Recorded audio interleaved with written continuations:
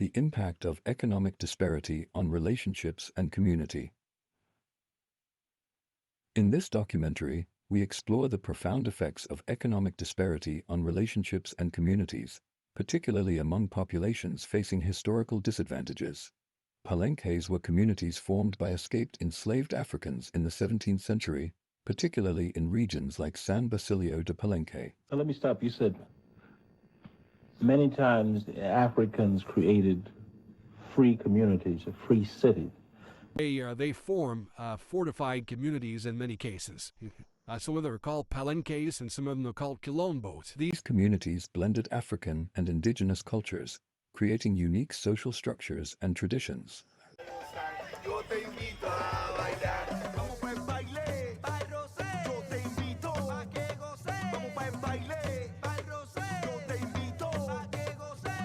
Palenques faced constant threats from colonial authorities and slave catchers who sought to recapture escaped slaves.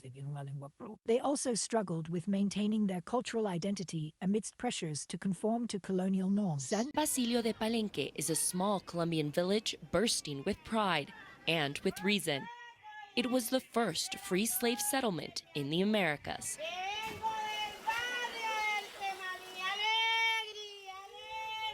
The Black Seminoles were a group of escaped enslaved Africans who allied with the Seminole Nation in Florida. They formed a community that combined African and Native American identities.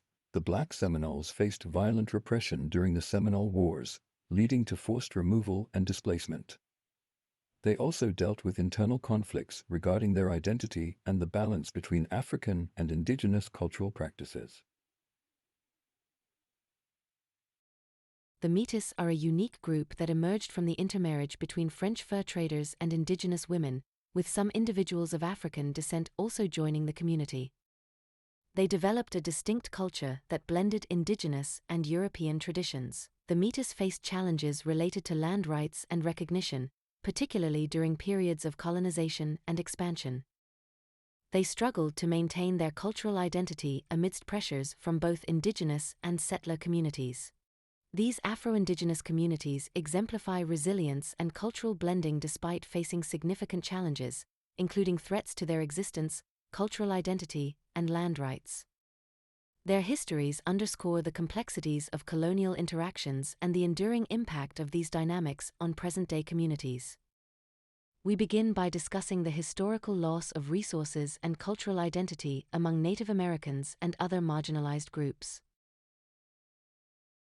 The colonization process led to the appropriation of land and resources, which devastated the traditional economies of Native American communities. Many tribes lost access to hunting grounds, fishing areas, and agricultural land, leading to food insecurity and economic hardship. The forced removal from ancestral lands disrupted the transmission of cultural practices, languages, and traditions, leading to a loss of identity. Colonial policies often sought to assimilate indigenous peoples into European ways of life, suppressing their languages, spiritual beliefs, and cultural expressions.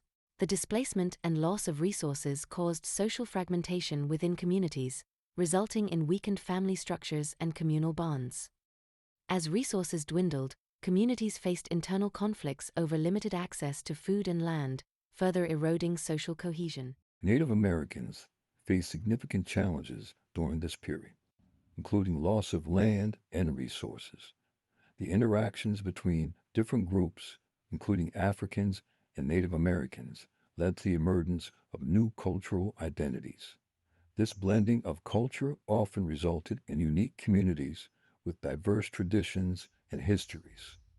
First-generation admixture individuals often faced several types of losses. The trauma of resource loss and cultural dislocation affected mental health, leading to feelings of hopelessness and despair among marginalized groups. They may have experienced cultural loss, feeling disconnected from either parents' heritage. There can also be identity loss, as they might struggle to fit into established groups. Social loss may occur due to prejudice or exclusion from both communities. Additionally, they might face familial loss if family dynamics change due to different cultural backgrounds. Each individual's experience can vary widely. This psychological impact has had lasting effects, contributing to ongoing challenges in mental health and community well-being. Generational losses can have lasting impact on entire bloodlines. Cultural loss may lead to the erosion of tradition and language, resulting in a disconnection from heritage. Identity loss can create confusion in subsequent generations, affecting their sense of belonging. Social loss can cause fragmentation within families, leading to weakened relationships. Over time, these factors may result in diminished community ties and a lack of shared history, affecting how future generations view themselves and their roots. Despite these challenges, many indigenous and marginalized communities displayed resilience, adapting their cultural practices and finding new ways to assert their identities. Resistance movements emerged as communities sought to reclaim their rights, protect their resources, and preserve their cultural heritage. The impact on the economics of these families can be significant. Cultural loss may lead to diminished access to traditional knowledge and skills that are often vital for economic survival. Identity loss can affect networking opportunities within communities, limiting job prospects and economic support. Social loss may reduce collaborations and resource sharing among family members, further hindering economic stability. Overall, these factors can create a cycle of disadvantage that affects generations, making it challenging for families to build wealth and economic security. The historical loss of resources and cultural identity among Native Americans and other marginalized groups in colonial America has had long-lasting consequences. The impacts are still felt today, influencing social, economic, and cultural dynamics within these communities. Understanding this history is crucial for addressing contemporary issues and fostering reconciliation. The lack of economic resources and wealth can severely affect long-term security for families. Without financial stability, families may struggle to meet basic needs such as food, housing, and health care.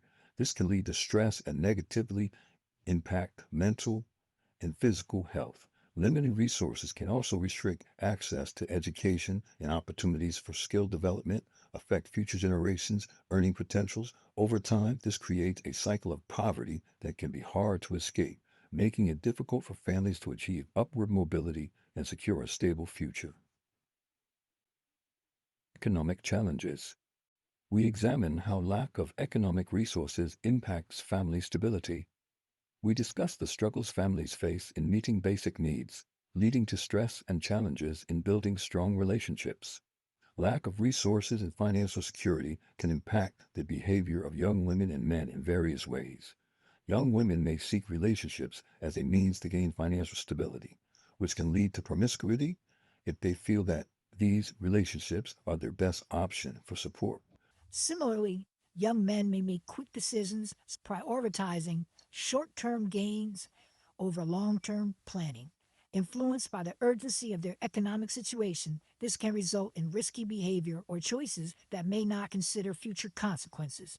Overall, the struggle for financial stability can lead to decisions driven by immediate needs rather than long-term goals, affecting relationships and community dynamics. We highlight how colonization and economic disenfranchisement have shaped current realities, delve into the generational losses experienced by families, including cultural, identity, social, and economic losses. These losses can create cycles of disadvantage that affect future generations. We address how economic insecurity influences the behaviors of young women and men. We explore the pursuit of financial stability through relationships and the quick decision-making that can result from urgent economic needs. We analyze how financial struggles affect successful relationships and family building. We discuss the challenges of forming lasting partnerships and the resulting impact on community cohesion. We connect these issues to today's population, highlighting ongoing cycles of poverty and the challenges faced by younger generations in accessing education and employment. We conclude by discussing potential solutions to these issues, including increasing access to education, providing financial literacy programs, enhancing mental health services, promoting community engagement, and advocating for equitable policies. Conclusion. This documentary aims to shed light on the complex interplay between economic disparity, relationships, and community well-being. By exploring these issues, we hope to inspire action and foster a deeper understanding of the need for change. The South Carolina should probably change its name to Chicora, or some people would write it Shakori or Shakora. The reason for that is because the first Africans were brought to Chicora by the Spanish in the 1520s. They accompanied a Spanish expedition which was basically looking for slaves, but also intended to establish a settlement. And it so happened that the Africans rebelled, and the Spaniards left. They had some fighting with the native people in the area, and the Africans rebelled and remained behind.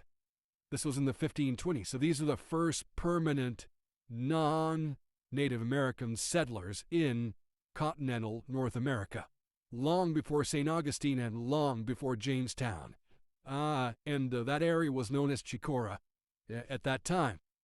Throughout the whole region, particularly in the Caribbean and South America, African slaves form many free communities and free cities. And quite often it's done in collaboration with the local native people. So there are also many instances in which the groups do collaborate with each other. And let me stop you, Sid.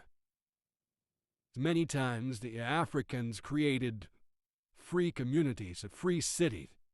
Now, I have this impression that those Africans that ran away, they all ran away to the bushes, etc.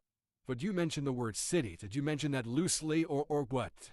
No, they form fortified communities in many cases. Some of them are called palenques and some of them are called quilombos, depending on the area.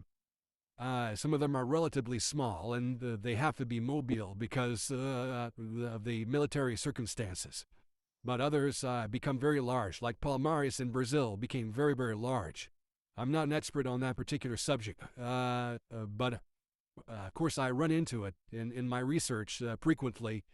And even in Mexico, there were such groups in the vicinity of Puebla. And so in Mexico, there was a very large band of Africans, also in Guatemala, that were runaway Africans establishing free communities. And so this idea of African slaves being